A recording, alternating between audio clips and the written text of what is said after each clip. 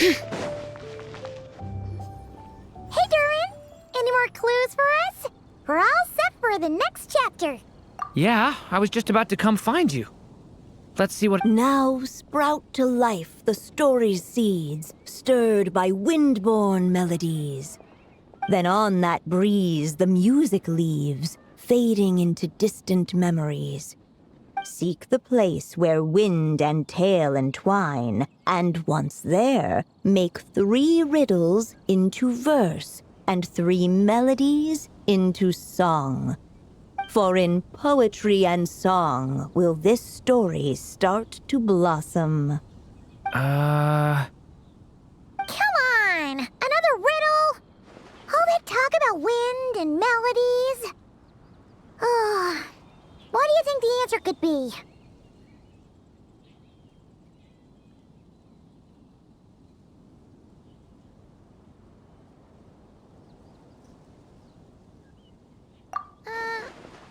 Oh! Care to elaborate?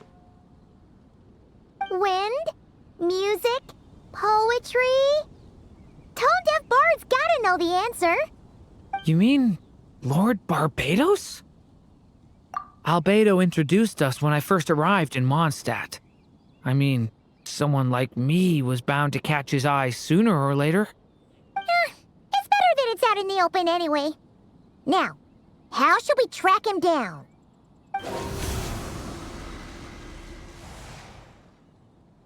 I'm pretty sure he's already caught wind of what's going on here. Why don't we just see where the wind takes us? Right. He definitely makes it easy to forget he's a real god sometimes.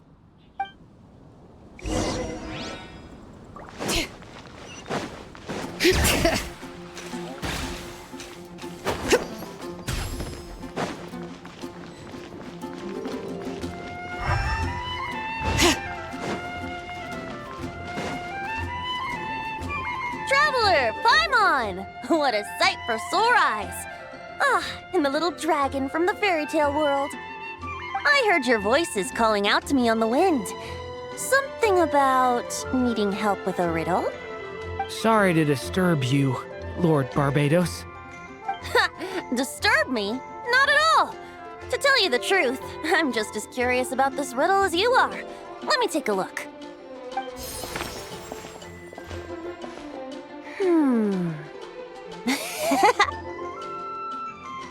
What is it?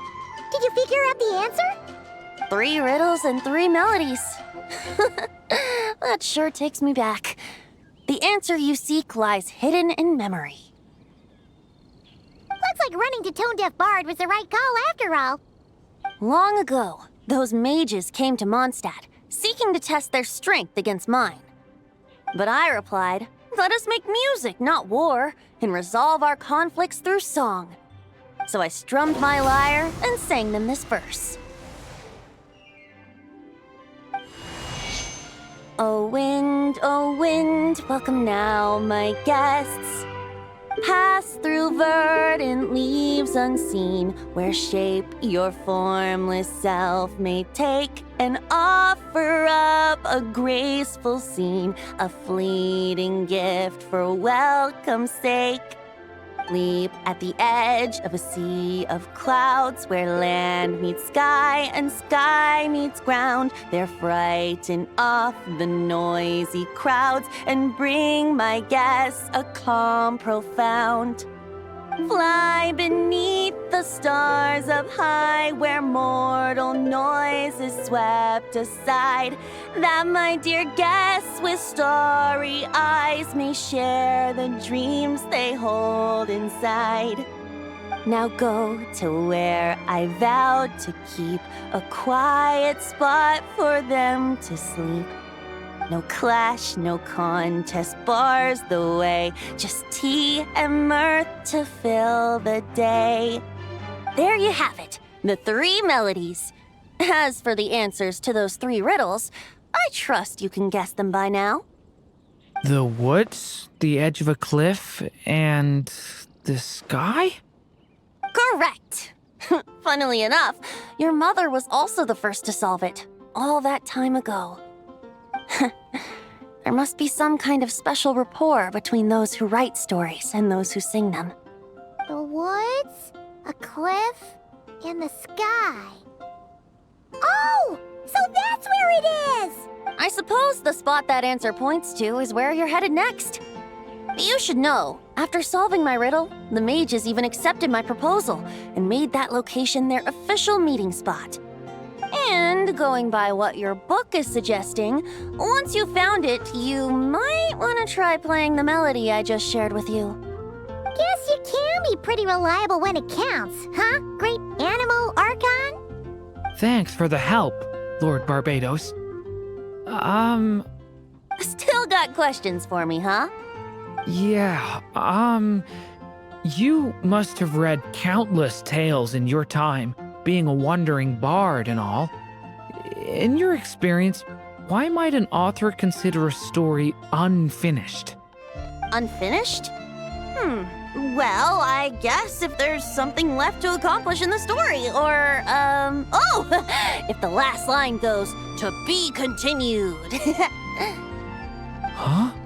Wow, your helpfulness lasted for like 1 second. In all seriousness, I would think the answer to that question lies in your mother's story itself. It's not my place to pry any further. All right then, we should get going.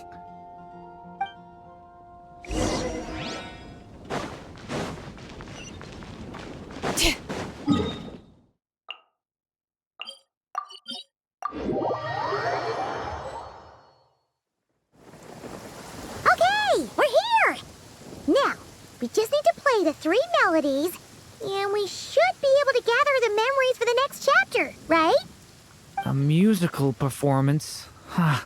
Out of all the things Miss Lisa has taught me, that's the one I'm worst at.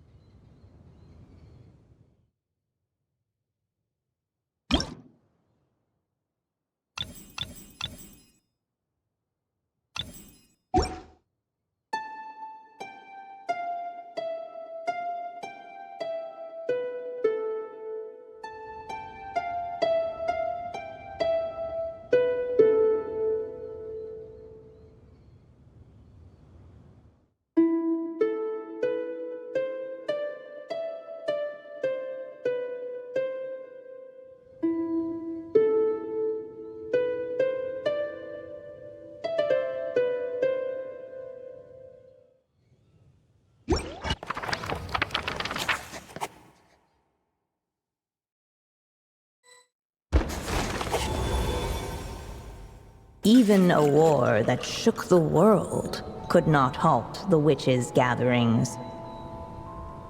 Yet even so, with the passing of time, 3 of their teacups no longer came to be set. The witches did not linger long in sorrow, for the Story Witch had brought glad tidings of her own. Born was her dragon child, safe and sound. Her fellow witches offered up their blessings, eagerly debating how to celebrate the child's birth.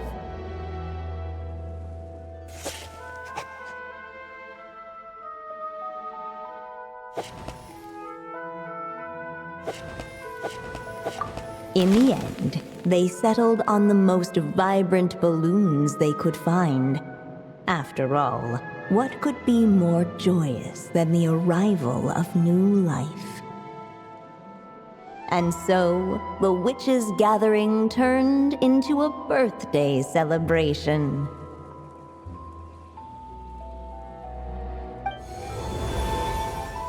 So, we're back in the story world, huh? As if from nowhere, new guests appeared at the witches' table.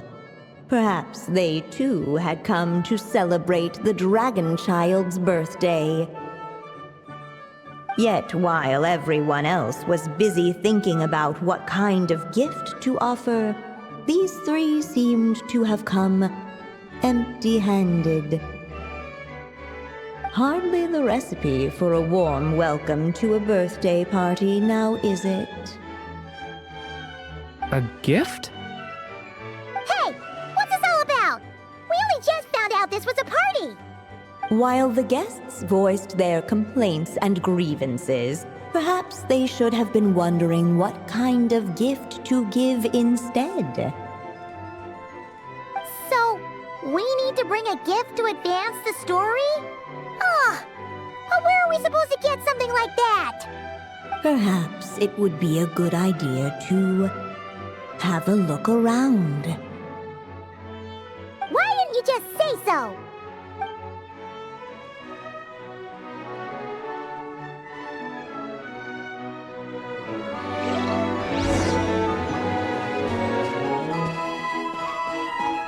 The witches went on chatting away, ignoring the empty-handed guests.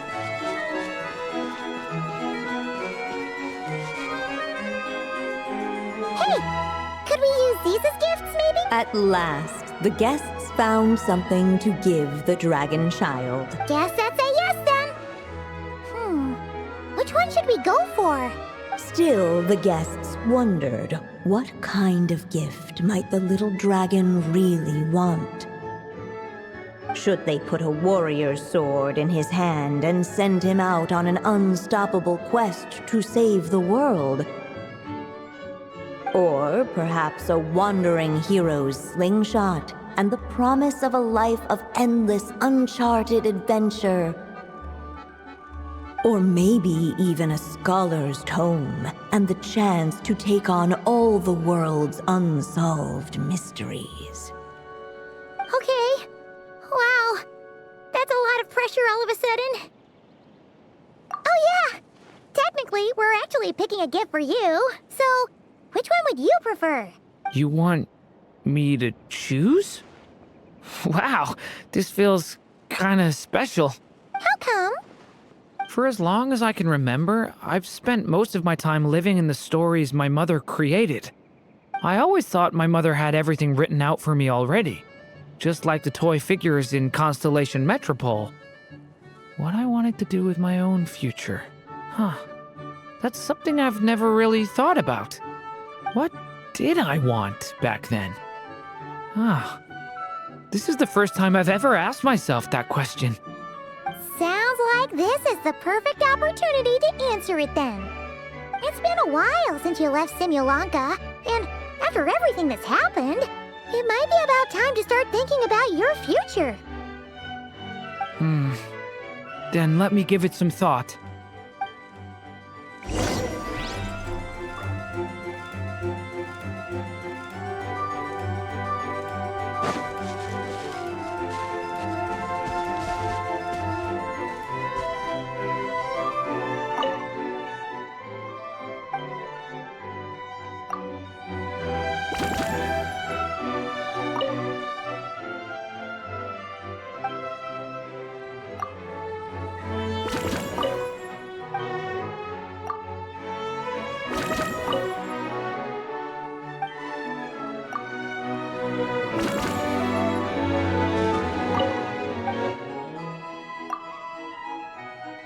In the end, the guests settled on the warrior's sword.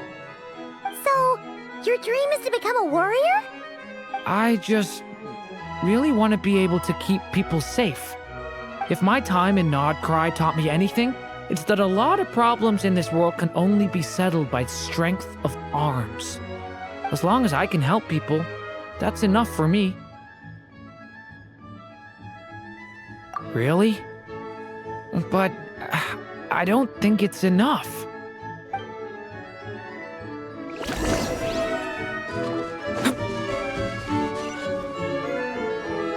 Alright. They should let us in now that we've got a gift, right? Hello there. Brought a gift this time.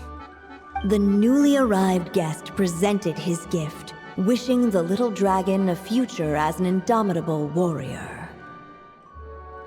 Accepting the guest's blessing, the Story Witch invited him and his friends to take their place around the table. Finally, she could introduce them all to her dragon child, telling all in attendance about the moment of his hatching, and of course, the name he'd been given. It was then that the Seer Witch, diviner of the stars, withdrew her gaze from the heavens and turned a sorrowful glance upon the little dragon. You gave him the same name as that evil dragon? That's right. But the life I intend for him shall be very different. What folly, to love so blindly. For as you must know, a name is the mirror of destiny itself. He who bears an evil dragon's name must also inherit the fate of its previous owner. His fate has been foretold. Then I'll rewrite it. The witches at the table fell silent, for they knew the Seer Witch's words had never once proven wrong. Yet, just as clearly, they recognized the Story Witch's resolve, for there is scarce a force in this world more fearsome than a mother's love. At last, the Merry Witch stepped forward, dispelling the uneasy silence. So be it. Then we'll all lend a hand. Together, we shall rewrite this child's fate. You mean to defy one of the fundamental rules of this world? I refuse to be shackled by such rules. Besides, this is a witches' gathering, is it not? What could be more fitting a subject for this occasion than to defy them? Oh? Sounds like an interesting experiment. I suppose, were we to succeed in this endeavor, we might bring a touch of wonder to this otherwise dreary sky of stars. The Merry Witch finally talked them all round, just like she had done many times before. Warm and strong as the sun she was, so much so, in fact, that those who her light shined down upon had no choice but to bask in it. And so the witches readied their gifts, 3 marvels of the cosmos. For this child, I shall decipher the ravings of the heavens and lay bare before him the trickery of fate. For this child, I shall leave a formula powerful enough to unravel the very origins of this world, that he may seek another solution for the conundrum of his life. For this child, I shall call upon wondrous magic to make possible his impossible wish. All the Story Witch had was the pen in her hand, yet with the love that flowed from it, she resolved to bring forth a marvel of her own. For this child, I shall leave behind the last story I will ever write, and with it, a path to an ending yet untold. With the witch's blessings given and received, the little dragon's fate at last began to turn. In the midst of the dragon child's birthday celebration, the Seer Witch proclaimed her prophecy. The child had been given the evil dragon's name, and with it, the burden of its fate. But hearing this, the Story Witch vowed to rewrite it all, for such was her love and resolve. And so the other witches offered their gifts in turn, marvels as rare as any in the cosmos. Together, they sought to test one of the fundamental laws of this world, in part to support a mother's love, and in part to sate their own curiosity.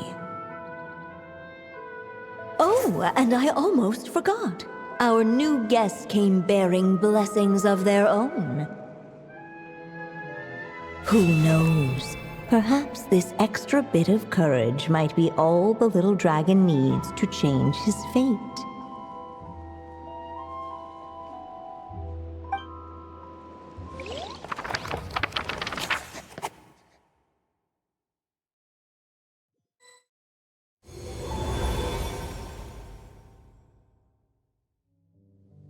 Yep. Looks like we've completed this chapter, too. Those witches in the story were the mages of the Hexen Circle, right? They sure seem to care a lot about you, Durin. But, Paimon kinda had trouble following their conversation. Just a bunch of mystery, as usual. The evil dragon's fate. Oh, is that what you're worried about? But didn't we already take care of that? Ah, the mages must have had a hand in that, too. Also, I was just thinking, which part of the story are we even meant to be completing? Oh,